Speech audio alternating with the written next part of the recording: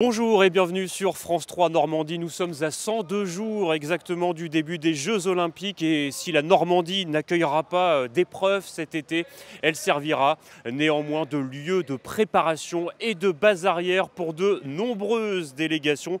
Et ce sera le cas notamment ici au centre sportif de Normandie à Houlgate qui mettra ses infrastructures à disposition des athlètes à partir de la mi-juin. Alors tous les jours jusqu'à vendredi, nous allons développer un thème et ce midi, les JO et la jeunesse que l'on voit ici juste derrière moi sur l'espace de beach soccer. Bonjour Marion Duval. Bonjour. Vous êtes la responsable de l'antenne cannaise du centre sportif de Normandie. Alors ici à Houlgate, c'est un lieu de préparation et à Caen, il s'agit d'une structure de haute performance qui accueille 196 élèves répartis dans 13 disciplines, une sorte de sport-études, c'est ce que je dis.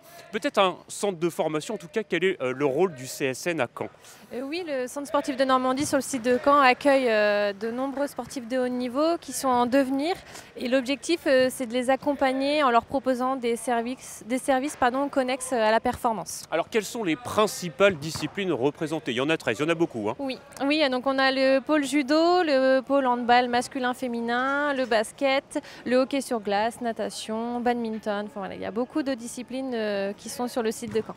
Et d'où viennent ces 196 jeunes? Sont-ils pour la plupart normands? Alors beaucoup sont normands effectivement, mais d'autres proviennent vraiment de la France et également de Saint-Pierre-et-Miquelon par exemple pour le hockey sur glace. Alors vous avez évoqué tout à l'heure l'accompagnement de ces jeunes sportifs. De quelle manière vous les accompagnez justement à la fois donc dans le domaine sportif mais aussi dans le domaine scolaire?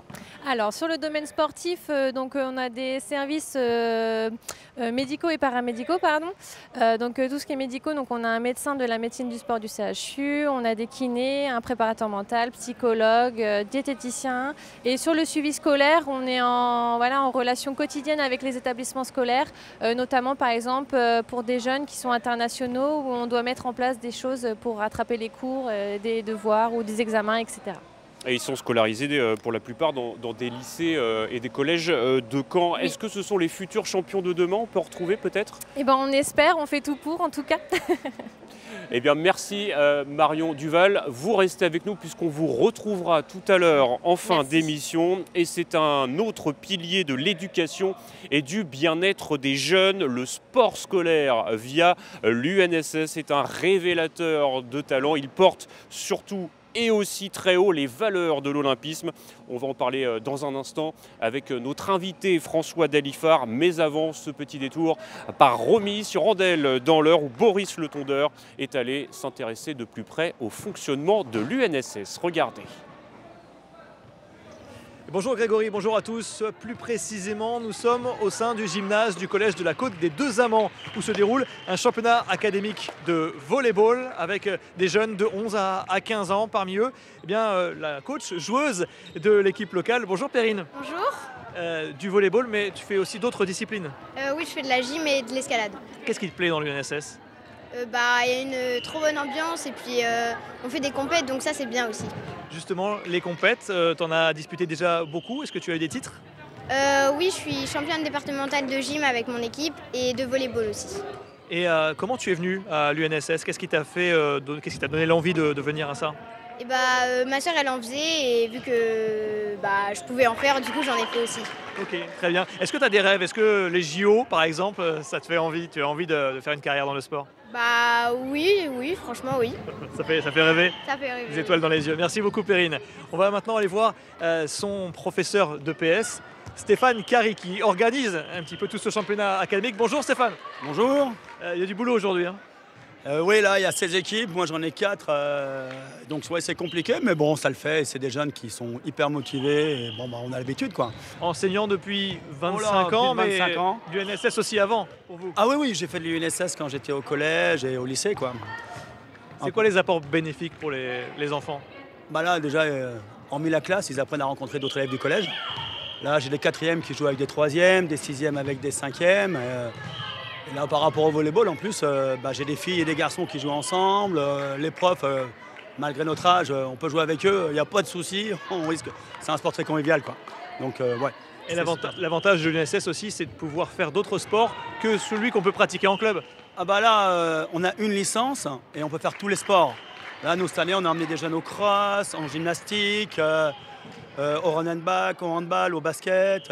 Et on n'a pas encore fini l'année, quoi, hein. Là, on a une grosse session de volleyball parce qu'on a une grosse UNSS volley à remise sur Andel. Donc ouais, là, c'est une très très grosse journée. Eh bien, on vous laisse justement retourner à l'organisation. En effet. Et des compétitions comme celle-ci, il y en a une centaine chaque année en Normandie. Merci Boris, et on va continuer à parler du sport scolaire avec le directeur UNSS Normandie pour le secteur de Rouen, c'est François Dalifard. Bonjour. Bonjour. Et merci d'être ici avec nous, vous occupez cette fonction depuis 34 ans. Et oui, déjà, vous avez donc accompagné et constaté l'évolution du sport scolaire en Seine-Maritime et dans l'Eure. Pour commencer, tout d'abord, combien d'adhérents pour ces deux départements ? Eh bien, nous sommes à 33 000 licenciés. Après la petite baisse due aux années Covid, nous avons repris notre rythme de croisière. Donc vous êtes en évolution, on va dire, plutôt positive, hein ? Tout à fait. Avec les JO, vous attendez à quel effet sur le nombre de licenciés, justement, peut-être dès la rentrée prochaine ? Il faut évidemment espérer une augmentation dès la rentrée prochaine, hein. On a eu évidemment l'effet Coupe du Monde de football, Coupe du Monde de rugby et bien entendu les Jeux Olympiques, premier événement planétaire. Il faut s'attendre à une évolution très importante donc, du nombre de licenciés dans les collèges et les lycées normands. Alors les Jeux Olympiques, il en est beaucoup question depuis la rentrée dernière, depuis le mois de septembre. Quel type d'actions ont été menées dans les établissements depuis quelques semaines, depuis quelques mois déjà maintenant ? Eh bien, il y a eu une sensibilisation dans le cadre de la semaine olympique et paralympique, bien entendu, et puis dans les établissements normands, les professeurs d'éducation physique et sportive, en liaison avec d'autres enseignants, ont mis en place de nombreuses actions culturelles, politiques, sportives, etc. Je le disais, les valeurs de l'olympisme et les valeurs de l'école, ça se rejoint, hein. Tout à fait, bien entendu. On travaille main dans la main avec le sport fédéral et puis on développe l'olympisme dans l'ensemble des établissements scolaires. Alors, petite question, François, comme ça. Le sport scolaire, est-ce qu'il a vocation à former, à détecter peut-être les futurs champions, les champions de demain, non ? Évidemment, nous sommes dans une phase d'animation et de promotion, mais il est bien entendu, enfin du moins c'est mon avis personnel, qu'il faut faire la passerelle entre le monde à l'école, le sport à l'école et le sport dans le monde fédéral. C'est à ce rythme-là que nous trouverons des champions, que nous créerons des champions olympiques dans le futur. Mais ça veut dire qu'il y a aussi beaucoup de passerelles entre le sport scolaire et vous parliez justement le monde fédéral. Il faut créer ces passerelles. Je pense que la majorité des enseignants d'EPS sont dans cette optique. Il faut travailler main dans la main et évidemment, dans ce cas-là, tout se passe pour le mieux. Alors, est-ce qu'il y a une singularité du sport scolaire en France comparé à d'autres pays dans le monde et peut-être à d'autres pays en Europe ? Il y a une singularité, c'est même une particularité, c'est-à-dire que nous sommes le seul pays au monde où les enseignants d'éducation physique et sportive ont 3 heures dans leur emploi du temps. Donc c'est une volonté de l'État de mettre en place tous ces moyens de façon à faire en sorte que la promotion et l'animation se passent le mieux dans les établissements. Oui, et puis cette émission, c'est aussi l'occasion de souligner l'investissement et le travail des professeurs d'éducation physique et sportive, hein. Bien entendu, hein, c'est un métier passionnant, un métier rayonnant.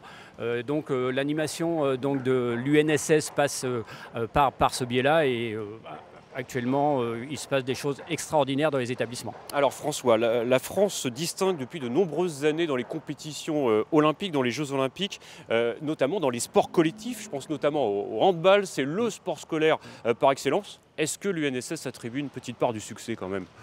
Alors, nous faisons partie de l'édifice, hein. Nous essayons d'apporter notre pierre donc, pour faire en sorte que nous ayons les meilleurs résultats dans toutes les activités sportives, évidemment. Oui, l'UNSS amène sa pierre, mais comme vous le soulignez, le handball, effectivement, c'est un très bon exemple, puisque c'est un sport qui a commencé vraiment à l'école. On se souvient de l'époque des instituteurs qui amenaient les jeunes dans le club. Ça perdure et ça se passe actuellement pour d'autres sports pour le mieux possible. Très rapidement, vous serez où en juillet et en août prochain ? J'irai voir le rugby féminin à Saint-Denis et puis bien entendu le handball à Lille avec les quarts de finale équipe de France masculine. Eh ben, très bon choix François, merci beaucoup d'avoir été avec nous et on va continuer à parler de la promotion du sport scolaire. C'était il y a 2 ans en Normandie, plus de 3000 jeunes venus de 68 pays disputaient les gymnasiades comme des JO scolaires avant les vrais Jeux olympiques. Cet événement porté par l'UNSS a permis de mettre en valeur les infrastructures de notre région, mais aussi de découvrir de futurs champions. Regardez. Ah Mai 2022, comme un petit air de JO en plein cœur du printemps. Les gymnasiades accueillent 3500 lycéens venus du monde entier. Ce matin-là, au stade Elitas de Caen, les jeunes athlètes disputent leurs toutes premières épreuves. C'est comme les JO et on est en France. Il y a des gens du monde entier, c'est super. Et on fait ce qu'on aime et c'est pour ça qu'on s'est entraîné. Je suis super excité. C'est génial de venir ici. C'est la première fois que je viens en France. Quelques jours plus tôt, à Deauville, se tient la cérémonie d'ouverture. 65 délégations traversent le centre-ville et donnent la mesure de l'événement. Délégations algériennes ou encore brésiliennes. Et la France, bien sûr. Un hymne national entonné avec ferveur et là encore, un grand enthousiasme. Je suis fière déjà de leur montrer notre belle Normandie. Et je suis contente que ça se passe ici, ma famille du coup et mes amis qui vont pouvoir venir me soutenir. Les gymnasiades font figure de Jeux olympiques scolaires. Une répétition générale qui n'a pas échappé à Tony Estanguet, l'artisan des JO de Paris, venu participer à la fête. Mais c'est génial, c'est l'esprit qu'on veut défendre absolument à travers le sport. C'est des valeurs, c'est de la solidarité, c'est de l'union. Et puis c'est des jeunes qui vont vivre une aventure inoubliable. 17 disciplines représentées. En choisissant la Normandie, la Fédération internationale du sport scolaire joue la carte des équipements sportifs tout près de Paris. 9 villes de la région accueillent des épreuves, Rouen, Caen, mais aussi Écouves, Granville, Le Havre ou Pont-Audemer. L'idée est aussi politique, promouvoir la région au travers de cet événement à 2 ans des Jeux. Là, l'idée, c'était plutôt de montrer que les jeunes, c'est une richesse aussi pour le sport. 8 jours pendant lesquels ces jeunes ont pu tisser des liens, faire connaissance avec le camembert et qui sait, sceller leur destin de futurs champions olympiques. De retour à Houlgat, au centre sportif de Normandie, avec notre invitée, elle était là tout à l'heure, c'est Marion Duval. Alors vous faites partie du CSN, responsable, je le disais tout à l'heure en début de retransmission, de la formation des jeunes sportifs, une structure de haute performance installée à Caen. Alors les Jeux Olympiques, c'est dans 102 jours exactement. Alors comment cet événement est perçu par les jeunes du CSN ?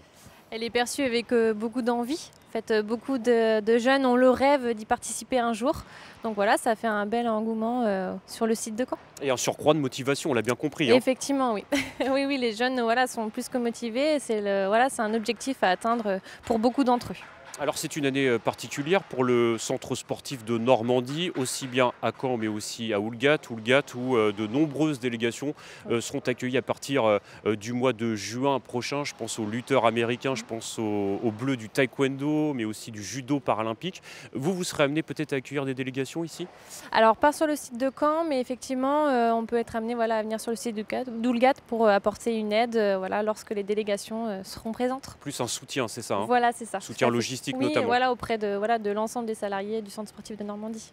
Alors on parlait de ces jeunes tout à l'heure. Est-ce qu'il y en a certains qui pourraient peut-être participer aux Jeux Olympiques de 2028 à Los Angeles ou un petit peu plus tard, plutôt aux Jeux Olympiques en 2032 ? Oui, on espère en fait, c'est l'objectif. Nous on travaille pour ça, pour que les jeunes puissent partir vers d'autres structures de formation et pourquoi pas devenir champion olympique un jour. Alors c'est la question que je posais à François Dalifard tout à l'heure. Vous serez où cet été ? Vous êtes une ancienne handballeuse de haut niveau. Est-ce que vous serez peut-être à Lille pour des matchs ? Je n'ai pas la chance malheureusement, mais ça aurait été un bel événement à participer et à découvrir. Mais je sais que vous regarderez ça très attentivement. Merci beaucoup Merci en tout cas Marion Duval d'avoir répondu à notre invitation et de nous avoir permis de comprendre le fonctionnement de ce centre sportif de Normandie, aussi bien donc à Caen qu'à Houlgat. Une structure qui nous servira une nouvelle fois de décor demain midi pour évoquer cette fois-ci l'accompagnement médical et paramédical des champions, mais aussi la préparation mentale.